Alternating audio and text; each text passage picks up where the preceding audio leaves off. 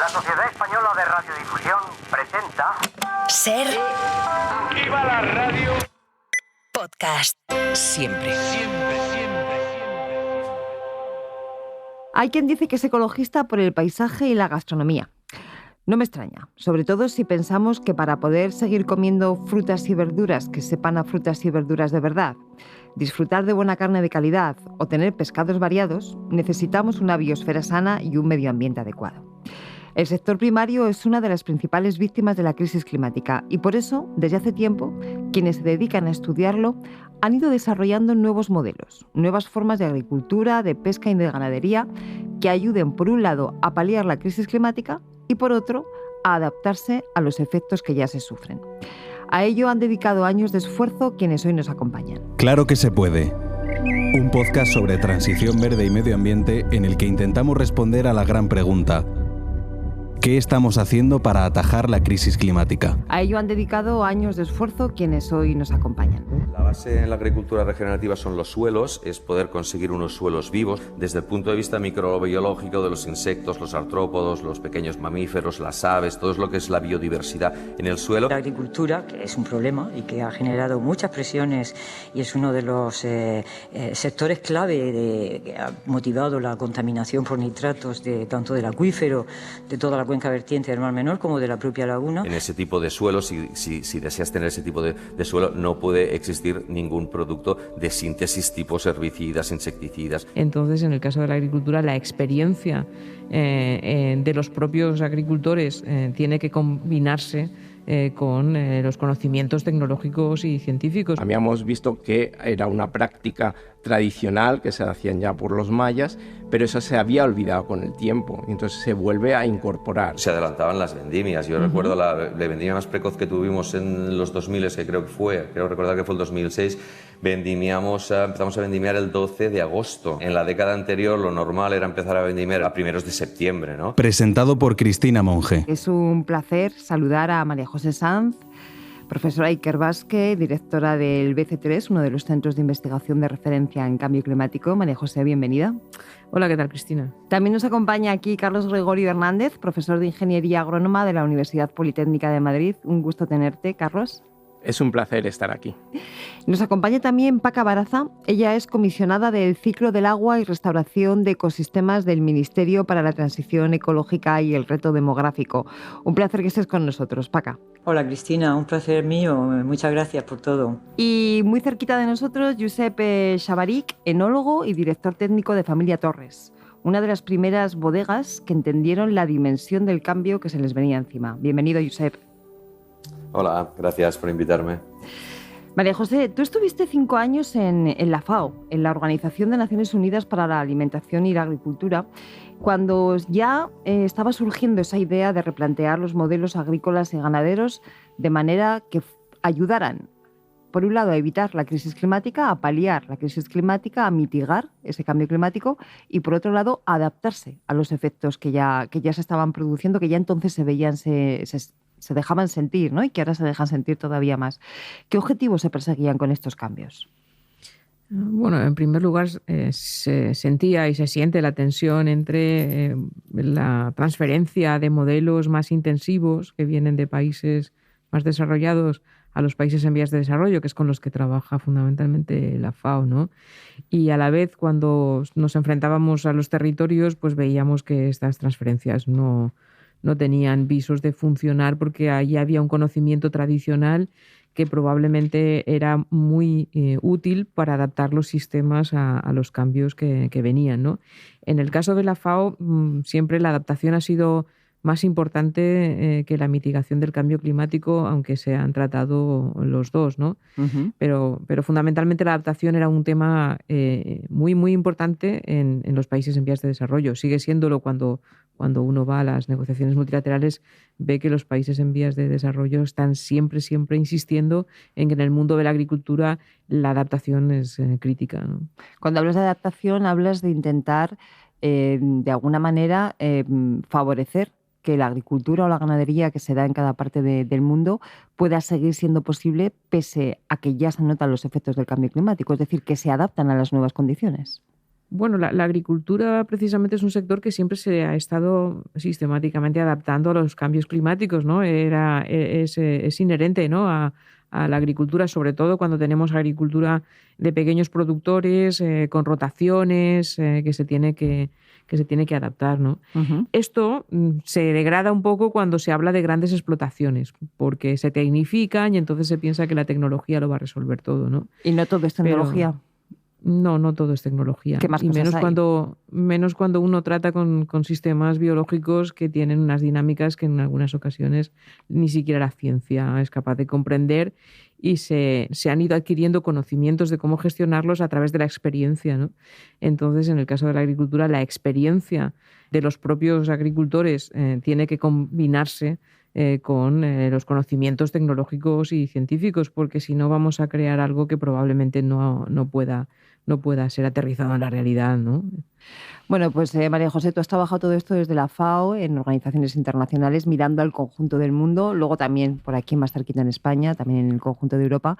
Pero esto que estás diciendo nos lo hemos encontrado en Extremadura. Nos hemos ido a hablar con Aitana Salgado, que es un ejemplo práctico de esto que nos estás diciendo. El 10% de la superficie agrícola de la Unión Europea es ecológica, pero el objetivo es alcanzar el 25% antes de 2030. Hola, soy Aitana Salgado Carmona. Aitana Salgado es de Madrid y emprendió en 2020 un proyecto de agroecología en Collado de Vera, un pequeño pueblo de unos 200 habitantes de la provincia de Cáceres. La forma de trabajar que tenemos nosotros no es ni ecológica, es agroecológica.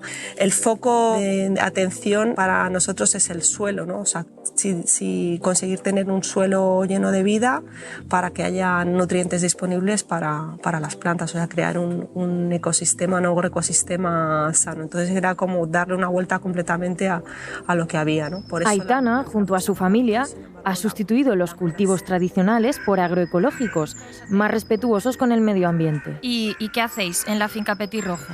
Era una finca que estaba en producción de frambuesa y mora, con invernadero, bajo invernadero, vamos, y luego tenía también pues unos olivares e higueras en secano. A nosotros el tipo de producción que había era convencional, no nos gustó, pero sí que le vimos un potencial muy, muy grande a la finca. El suelo es un suelo inerte que no tiene vida, ¿no? O sea, llevaba 30 años a base de abonos químicos, ¿no? Todos los años. ¿Cómo han transformado la producción agrícola de la finca? El foco de la producción es frutales para consumo familiar, frutos rojos para venta y luego producción de verduras y hortalizas también para autoconsumo, y de flores de corte para venta. Pues ya se fueron desmontando los invernaderos y ya se fue implantando un sistema agroforestal. Estos sistemas agroforestales son los que ayudan a rehabilitar los suelos degradados. Pues, a ver, los sistemas agroforestales es una forma de plantar en la que combinamos especies agrícolas con especies forestales, ¿no? Tengo árboles plantados que puedes encontrar en los parques, tengo chopos, tengo catalpas, tengo almez, tengo palmeras, y todo eso crece junto con los árboles frutales y con los frutos rojos. Entonces yo tengo que ir dando un manejo a esos árboles para permitir que crezcan los frutales, pero es como la base de alimentación del suelo. Entonces creo vida y doy alimento al suelo a través de esas especies forestales. El 11% de la superficie agraria útil de España es ecológica, siendo uno de los principales productores de todo el mundo. En las 3 zonas que hemos implantado, sí, vamos, en la más antigua ya se ven, o sea, cómo el suelo tiene mayor capacidad de retención de agua, eso sí, ¿no? A la medida que aumenta la vida en el suelo, también aumenta la capacidad de retención de agua, también metiendo densidad de plantas tenemos más capacidad de retención de agua, el agua se planta, ¿no? Es uno de los principios en los que nos basamos. Considero que hay que hacer un tipo de agricultura que regenere los ecosistemas, que ya hay mucha gente haciendo esto en España. El 40% de las zonas terrestres del planeta están degradadas, según los datos de Naciones Unidas. Tenemos un desafío súper grande con la desertificación que hay en España y que nos tenemos que poner las pilas, ¿no? Y que está claro que ahora mismo el tipo de agricultura agricultura que se está haciendo no es una agricultura que regenere, sino que es una agricultura que degrada los ecosistemas, consume muchísima agua, que no respeta los ecosistemas que hay alrededor. Si realmente queremos hacerle frente al cambio climático y a la pérdida de ecosistemas que tenemos en la península, ¿no? Pues tenemos que ponernos a plantar. O sea, plantar, hacer otro tipo de agricultura y a regenerar los ecosistemas, ¿no? Y bueno, este tipo de agricultura pues permite hacerlo, ¿no? Conservar y cuidar los suelos es fundamental para garantizar la seguridad alimentaria y hacerle frente al cambio climático. Muchísimas gracias, Mariola, y gracias, Aitana, por lo bien que lo has contado. El agua se planta, decía Aitana, ¿no? Y decía también que era preciso apostar por la agroecología. Carlos, da la sensación de que el término agroecología pudiera ser redundante. O sea, uno se pregunta, pero vamos a ver, la agricultura no tenía ya esta característica, no depende de la salud de los ecosistemas. ¿Por qué tenemos que emplear ese término? ¿Por qué se subraya todo esto? Bueno, sí, tienes razón, Cristina, es un término un poco redundante, pero yo creo que la agricultura y la agricultura moderna se basa en la ecología aplicada en el caso concreto de los cultivos. Eso ha dado mucha terminología y yo creo que lo que tenemos que diferenciar es lo que llamamos como agricultura ecológica, orgánica o biológica, que es una agricultura certificada con unas normas reguladas por la Unión Europea y los Estados miembros o por otros países. Las de la etiqueta, ¿no? Esos que vemos la etiqueta. Exactamente, vale. Las etiquetas. Si queremos una agricultura sostenible, hay que demostrar que esa agricultura se ha hecho de esa forma precisa. Entonces, todos los sistemas de etiquetado y de certificación van en ese ámbito, de decirle realmente al consumidor qué es lo que está consumiendo, y eso yo creo que es positivo. Y si yo compro unas flores de estas que cultiva Aitana y está garantizado que es agricultura ecológica, ¿eso qué quiere decir? ¿Qué ha tenido que hacer Aitana para que yo sepa que eso es agricultura ecológica o agroecología, como decía ella? A ver, ahí hay, yo creo, un poco de confusión. Aitana decía que ella practica la agroecología. La agroecología no está como tal certificada. Si quisiese realmente tener la etiqueta, tendría que cumplir unas normas que están establecidas y el Comité de Agricultura Ecológica de la comunidad autónoma correspondiente le daría ese sello. ¿Cuáles son esas normas? Danos algunos ejemplos. Bueno, pues esas normas están reguladas por un reglamento de la Unión Europea y, por ejemplo, pues lo que te dicen es que no se pueden utilizar fertilizantes nitrogenados de origen de síntesis química, que la cantidad de nitrógeno orgánico que se puede aplicar está también limitada, que se tienen que seguir una serie de normas y de recomendaciones en lo que son los tiempos de siembra, plantación, etc. ¿Qué es agricultura ecológica para la Unión Europea? Para que un cultivo sea ecológico tiene que cumplir una serie de normas. El agricultor debe limitar los fertilizantes artificiales y rotar los cultivos para mantener la fertilidad del suelo y la salud de los animales. Asimismo, la Unión prohíbe el uso de radiaciones ionizantes. El agricultor también tiene la obligación de cultivar plantas de fijación de nitrógeno, como judías, garbanzos o lentejas. Este tipo de cultivos protegen el suelo de la erosión. Es decir, normas que lo que están buscando es no perjudicar el medio ambiente, que por otro lado es necesario para poder seguir haciendo agricultura. Claro, yo creo que esto se basa un poco de dar a lo que tradicionalmente se ha hecho, darle un paraguas para asegurarnos que eso es así. Por ejemplo, se ha hablado antes de sistemas agroforestales.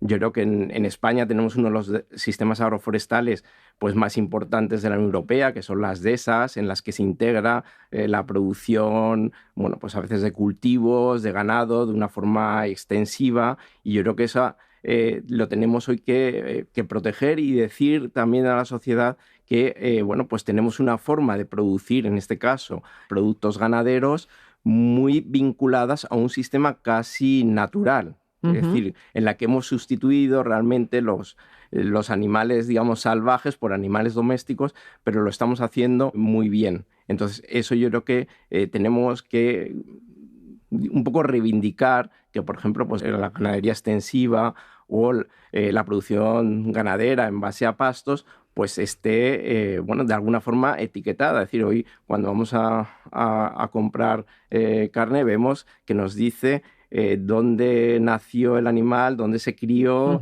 y dónde se ha sacrificado, pues yo creo que añadir una letra más que nos diga si es de ganadería extensiva o de pastos sería relativamente fácil y sería una forma de proteger esos ecosistemas que están muy próximos a los naturales y que tienen una alta sostenibilidad en todos los aspectos.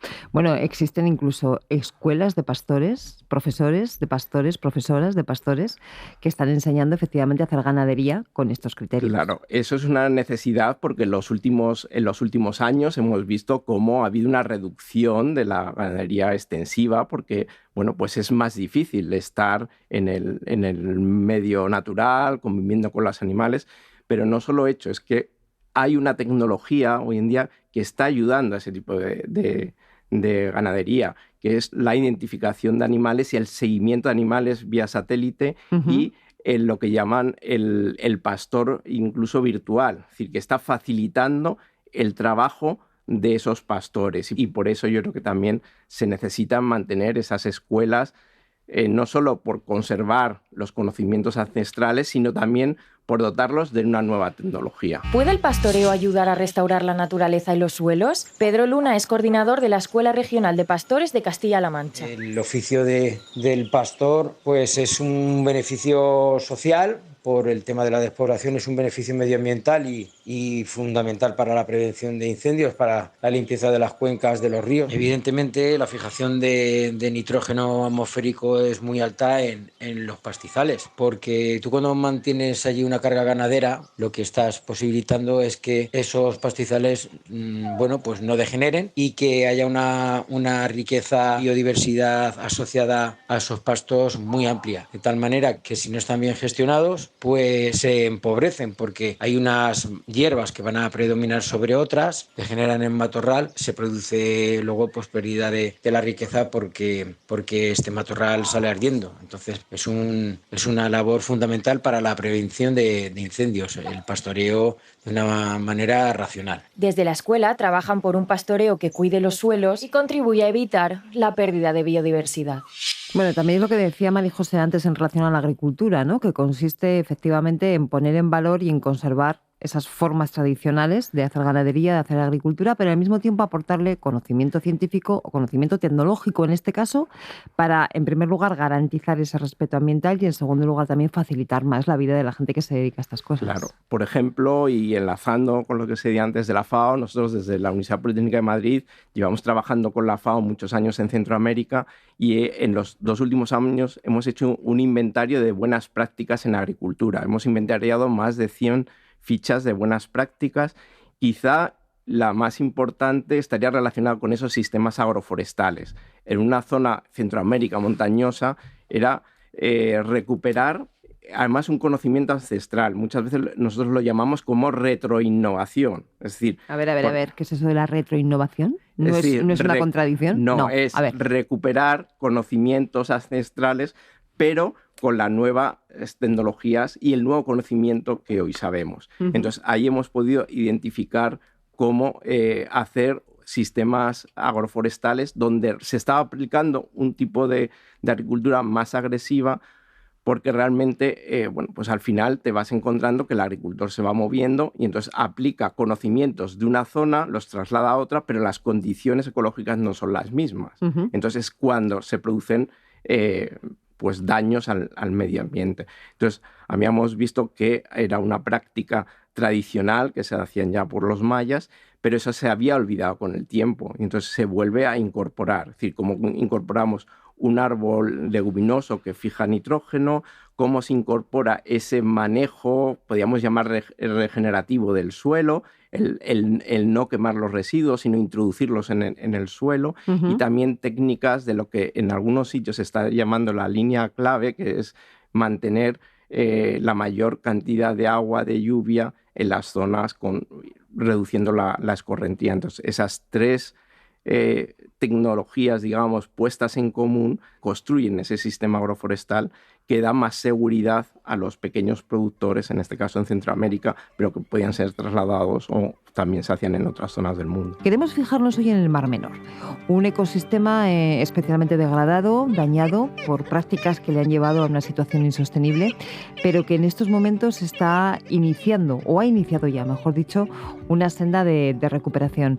Paca, ¿qué es lo que se está haciendo en el Mar Menor para que la agricultura, en vez de ser parte del problema, se convierta en parte de la solución?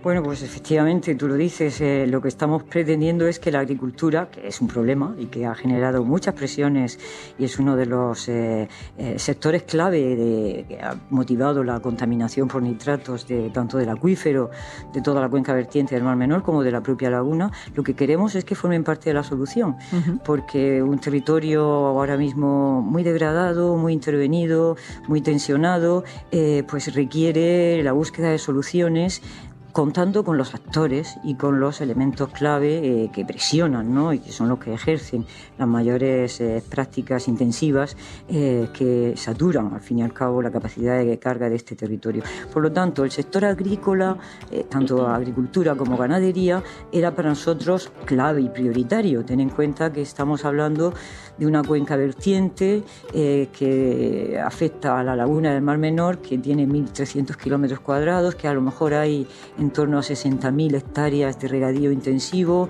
que hay una carga ganadera impresionante, ¿no? Donde hay más de 500 granjas de porcino con 800.000 cabezas de ganado que generan pues muchísima presión en el territorio y sobre todo también mucha contaminación, ¿no? Por purines y demás, y unas prácticas agrícolas muy intensivas, ¿no? Donde se plantea pues una sobreproducción que genera pues mucha aplicación de fertilizantes, de agroquímicos, que han motivado a lo largo de las últimas décadas pues una contaminación impresionante del acuífero, ¿no? Claro. Que desemboca al final y de toda la cuenca de la red superficial de drenaje que tiene la cuenca vertiente, y eso llega a la laguna. Y esos nitratos y esa carga de nutrientes pues es lo que ha motivado lo que conocimos en 2016 como sopa verde y lo que ha motivado la crisis eutrófica que tiene este espacio natural tan importante. Yo creo que tenemos que transitar hacia una transición agrícola que de cara a futuro, sobre todo con la amenaza que tenemos del cambio climático, con la reducción que va a haber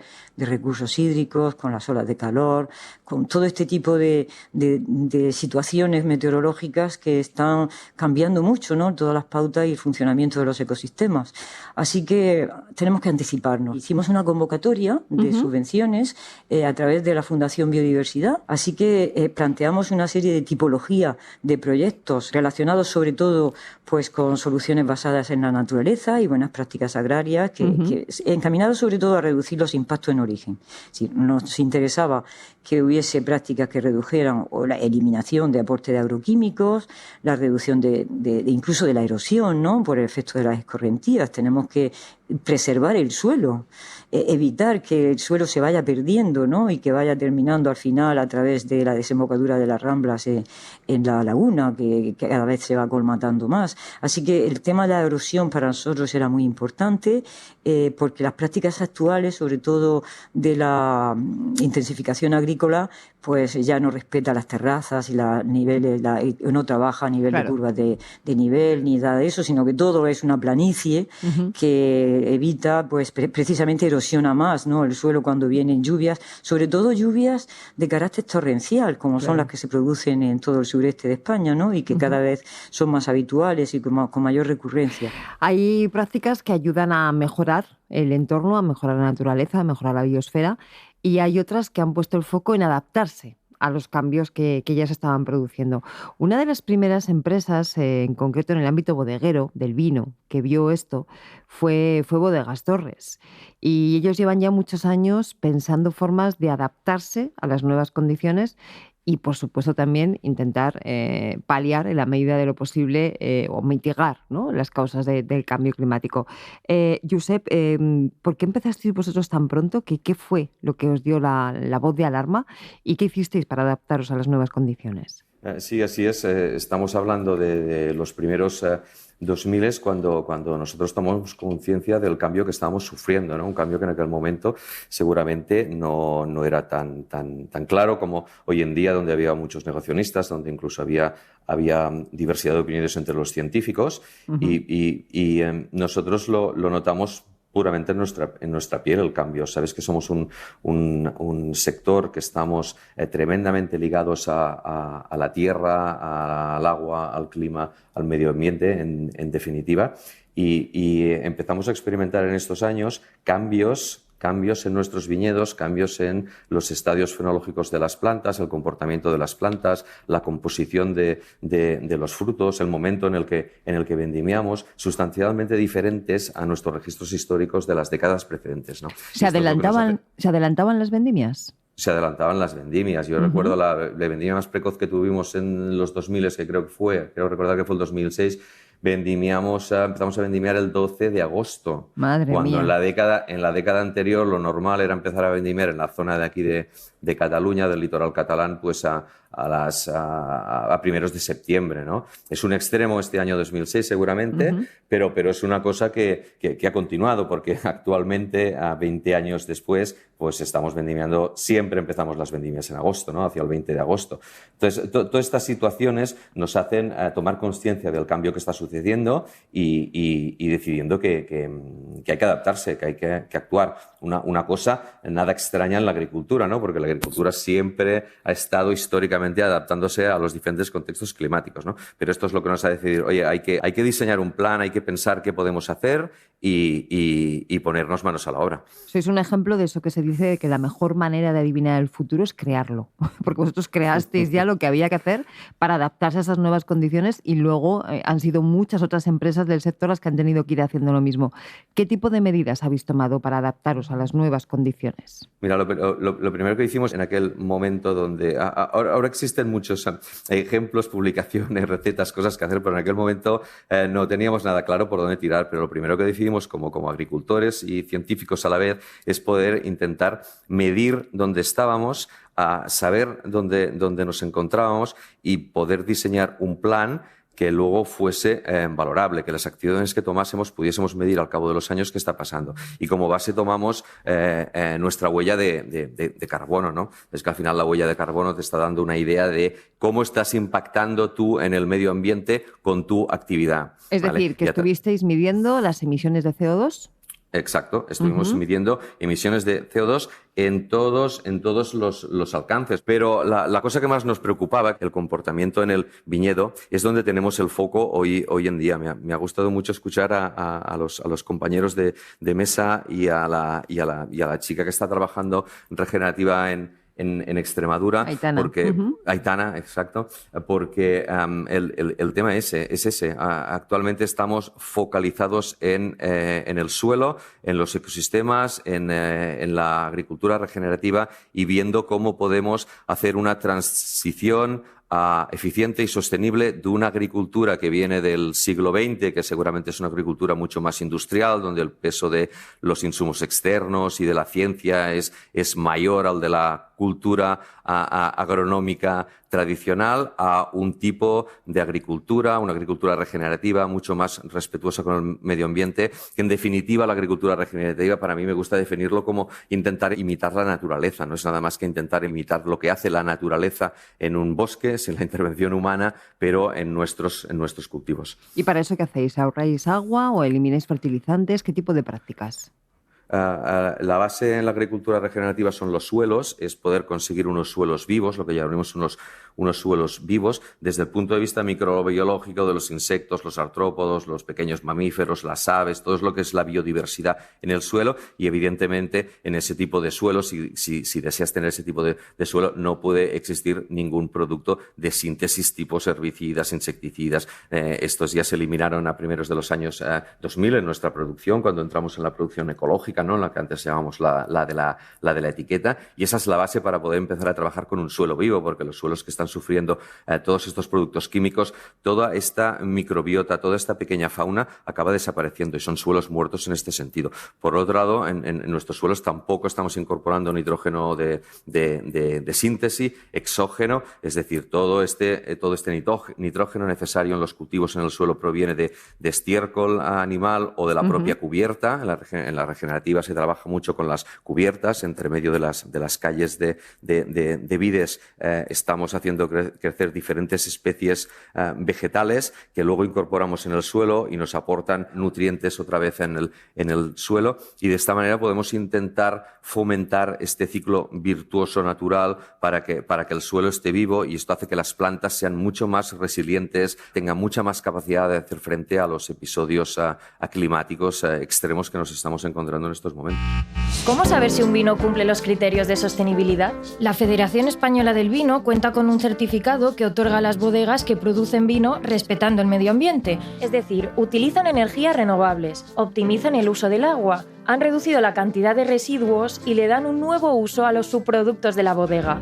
En la producción de la vid también tienen que tener en cuenta el cuidado del suelo y utilizar los fertilizantes de forma sostenible.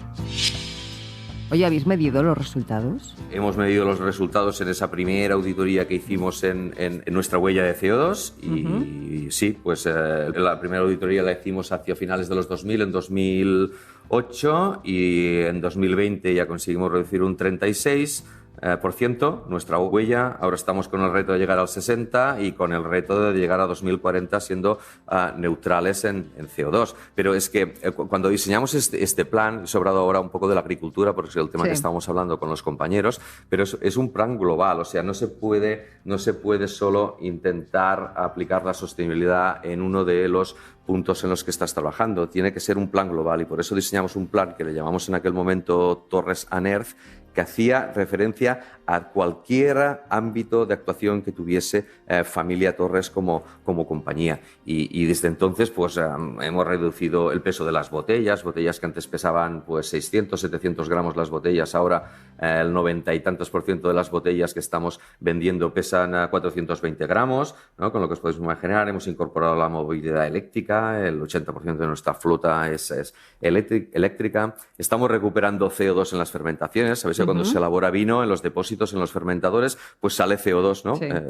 Es parte del proceso. Pues este CO2 lo estamos capturando en un tipo de globos que luego guardamos en unos depósitos, y es el CO2 que utilizamos, evitando tener que comprar CO2 exógeno, que muchas veces viene de la industria petroquímica. Hay un montón de prácticas. El uso del agua, la eficiencia en el uso del agua, por ejemplo. Estamos usando agua regenerada en la bodega, en una de las bodegas que tenemos en España, en la mayor, que está aquí al sur de Barcelona, en Vilafranca del Penedès. El 40% del agua que está usando la bodega es agua regenerada, es decir, agua que no sale de nuestro ciclo. Sencillamente le damos diferentes usos, la limpiamos y la volvemos a introducir en el ciclo y trabajamos con esa misma agua. Me refiero que no existe una receta mágica, sino que hay que intentar hacer lo poco o lo mucho que se puede hacer en cada uno de los ámbitos para poder conseguir un resultado global, ¿no? Y en ese proyecto estamos. Bueno, pero estáis demostrando, como se llama este podcast, que claro que se puede. O sea, una reducción del 36% de las emisiones de CO2 en todo lo que es el proceso productivo y en todas las actividades de la empresa, ¿no? O sea, igual que nosotros cuando decimos si cambiamos las ventanas de casa y si aislamos correctamente el edificio, podemos reducir las emisiones de CO2 un tanto por ciento, un 10, un 15. Bueno, pues vosotros habéis conseguido reducirlo un 36, y lo que me parece más importante, con planes a medio y largo plazo, entendiendo por largo plazo 2040, que en el fondo es pasado mañana, para conseguir la neutralidad, ¿no? Por lo tanto, un ejemplo clarísimo de cómo es posible ir acercándose a los criterios de sostenibilidad, y además seguro que lo habéis notado también en las cuentas de la empresa, porque en la medida en que tú ahorras energía, ahorras agua y otro tipo de gastos, pues muchísimo mejor, ¿no? Sí, lo que pasa es que eso es relativo, depende cómo se cuente, pero para mí hay dos grandes barreras al cambio hacia la sostenibilidad. Como tú decías, claro que se puede, pero existen barreras delante del cambio. Y hay dos principales barreras, una es la económica y la segunda es la cultural. La cultural quizás es la más difícil de emprender porque a veces cuesta mucho a los grupos humanos moverlos de lo que ellos ya saben hacer, saben que tienen unos buenos resultados, que les da éxito y están cómodos en esa manera de funcionar. Cuesta cambiar estas culturas. Y en cosas tan sencillas como, por ejemplo, en Familia Torres estamos cultivando uva en aproximadamente unas 1.100 hectáreas en diferentes denominaciones de origen en España. Cuando empezamos proyectos de regenerativa en los viñedos, son viñedos que a nivel visual son diferentes del viñedo tradicional. Son viñedos no arados, viñedos donde las cubiertas vegetales son importantes y desde un punto de vista de un neófito tienen la sensación de viñedos más descuidados. Pues las personas que estaban gestionando estos viñedos para Familia Torres en diferentes zonas tenían que hacer frente a la carga cultural de otros agricultores en la zona diciéndonos ¿por qué estáis haciendo eso? Este viñedo está mal cuidado, el viñedo hay que ararlo. O sea, esta es una de las barreras que hay que tener en cuenta, pero que bueno, que con ganas se puede vencer. Y luego la económica. Al principio, todos estos cambios te van a costar dinero. Bueno, pero es una inversión. Exacto, a eso me refiero. O sea, al inicio hay que tener en cuenta que te va a costar más producir. Pero la idea es eso, es llegar que a un plazo algo más largo poder recuperar esa inversión, ¿no? María José, seguro que tú en tu experiencia como científica, tanto a nivel internacional en la FAO como aquí también en proyectos diversos que gestionas en España, has podido comprobar que efectivamente estas dos barreras que nos dice Josep, la cultural y la económica, existen, pero estoy segura que también has sabido superarlas. Cuéntanos algún caso en que hayas podido superar esas barreras. Bueno, yo creo que superarlas del todo no se consigue nunca, ¿no? Pero sí que pienso que, bueno, la cultural, por ejemplo, se supera a través del diálogo, ¿no? Y las barreras económicas quizás pues, son más complejas, ¿no? Yo recuerdo experiencias cuando trabajaba en la comarca de Esports de Castellón, en la que los propios ganaderos me decían, mira, yo lo siento mucho, yo sé que la capacidad de mi pasto no es la que estoy usando, ¿no? El número de cabezas que estoy introduciendo, pero es que si no pongo este número de cabezas no recibo las subvenciones de la PAC. Claro. ¿No? O sea que también estas barreras económicas muchas veces no son debidas necesariamente al agricultor, sino que a veces la propia regulación por no respetar la granularidad y la especificidad de los territorios, impone de alguna manera incentivos que deberían de ser positivos y se convierten en perversos, ¿no? El diálogo que reivindicas, María José, que efectivamente yo creo que está en la base de todos esos casos que estamos viendo en este podcast que demuestran que claro que es posible, pero el diálogo es la base no solamente entre científicos y en este caso agricultores y ganaderos, como estamos comentando, sino también con quienes legislan, con quienes después deciden ayudas, incentivos, etcétera. Carlos, en tu caso también estos años de experiencia en el ámbito académico, investigador y también acompañando proyectos han debido darte también algunos ejemplos de los que tenemos que aprender para superar esas barreras que nos decía Josep.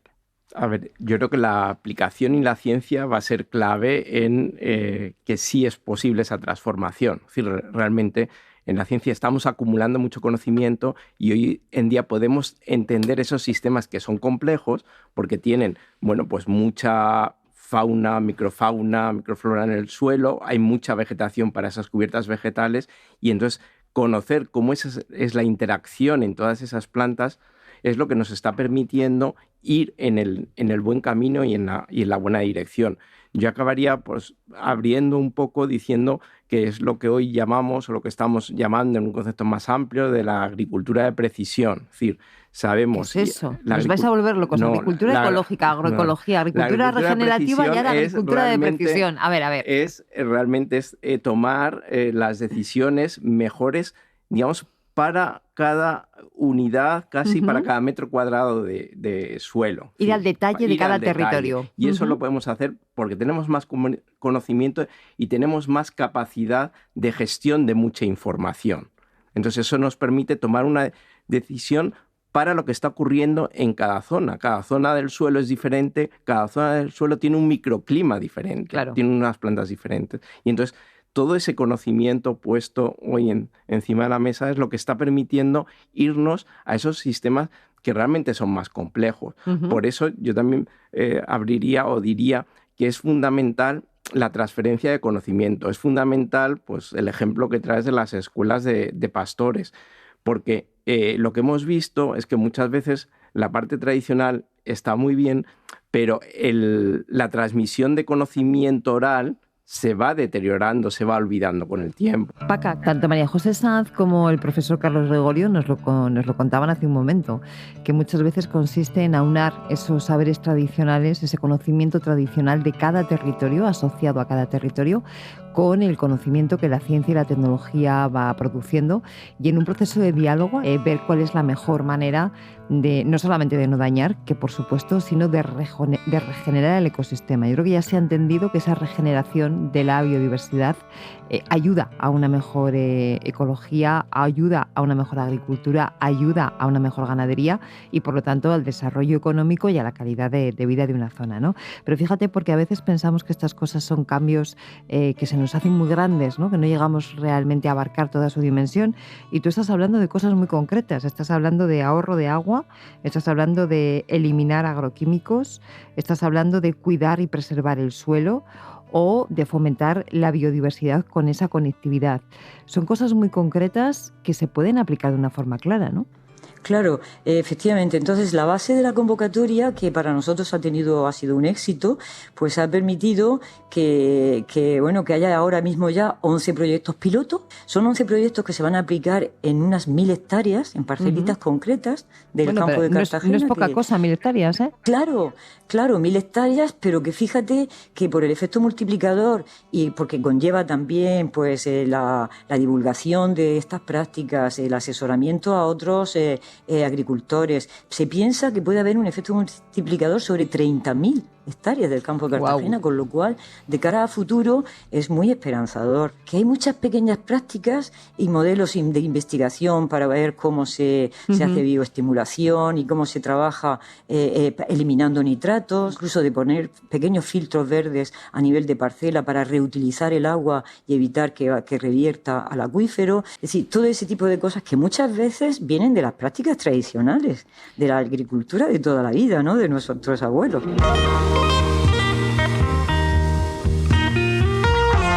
Claro que se puede es una producción de Ser Podcast presentada por Cristina Monge. Lo que hemos aprendido, madre mía, agricultura de precisión, retroinnovación, pero bueno, me quedo con esa base del diálogo entre los oficios, la gente que conoce el campo en el día a día, los científicos y los tecnólogos que aportan conocimiento en un diálogo continuo con los primeros, y también con quienes legislan, con quienes después dan ayudas, en definitiva, mucho diálogo, mucha conversación para seguir avanzando, pero nos ha quedado claro, que por supuesto, claro que se puede. Guión, Cristina Monge. Producción, Raquel Fernández y Mariola Sarrió. Realización sonora, Roberto García. Reportajes, Mariola Sarrió. Coordinación, Ana Alonso. Puedes escuchar Claro que se puede en Ser Podcast, en todas las plataformas de audio o en YouTube.